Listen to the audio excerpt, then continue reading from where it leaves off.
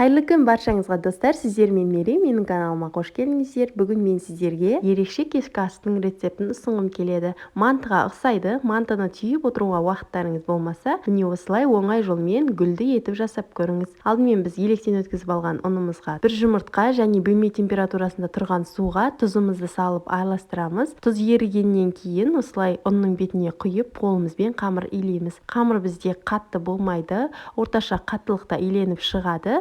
Достар, видеода көріп тұрғандарыңыздай осы қамырды алып июі қанғанша ыдыс төңкеріп қоямыз, немесе пакетке салып 30 минутқа қоямыз. Міне біздің қамырымыз осылай болып шықты. Ары қарай салмасын дайындаймыз. Мен өзім көп пияз қосқанды ұнатамын, сондықтан осылай пияздарымызды майдалап турап алып тартылған етіміздің үстіне саламыз. Пиязымыз ірі болып кетпесін, қамырымызды жыртып жіберуі мүмкін, сондықтан майдалап алыңыздар. Оның үстінен дәміне қарай тұз және де бұрыш, мен зира қостым. Зира қоспасаңыздар да болады, егер ұнатпасаңыздар. Зираны қосар кезде осылай қолымызбен дәнектерін сындырып алыңыздар. Достар, осы жерде лайк басуды ұмытпаңыз. Барлығын қосып алғаннан кейін осылай қолымызбен салмамызды жақсылап бір-біріне біріккенше араластырамыз. Міне достар, біздің салмамыз дайын.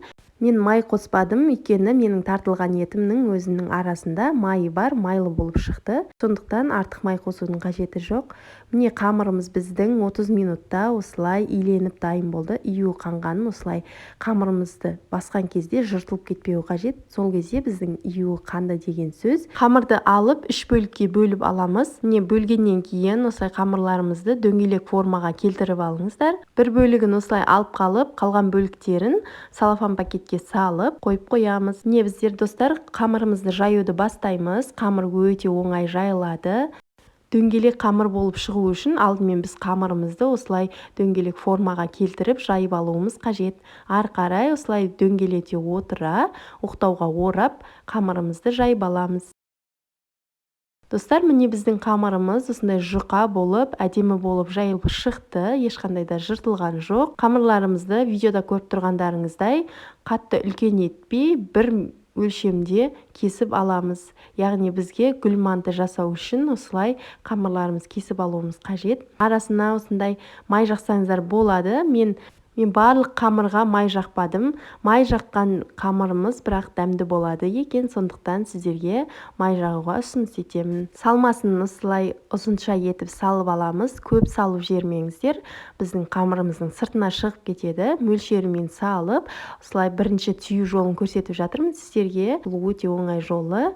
Видеода көріп тұрғандарыңыздай бір шетін екінші шетіне қарай жабыстырып, осылай жаймен ғана орап шығамыз, қатты баспаймыз. Міне осындай бізде бірінші формадағы гүліміз осылай шықты. Ал мынау екінші түйу тәсілі, осылай қамырларымызды ұшымен бір-біріне біріктіреміз. Міне қараңыздар мұқият, бұл да өте әдемі болып шығады.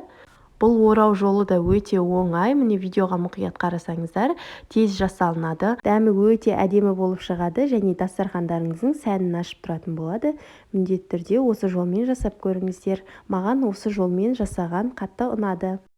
Достар, егер де менің каналыма әлі де тіркелмеген болсаңыздар, подписаться деген қызыл батырманы басып тіркеліп алыңыздар. Қазақша контенттің дамуына аз да болса үлестеріңізді қосып, лайк, комментарий қалдыруды ұмытпаңыздар.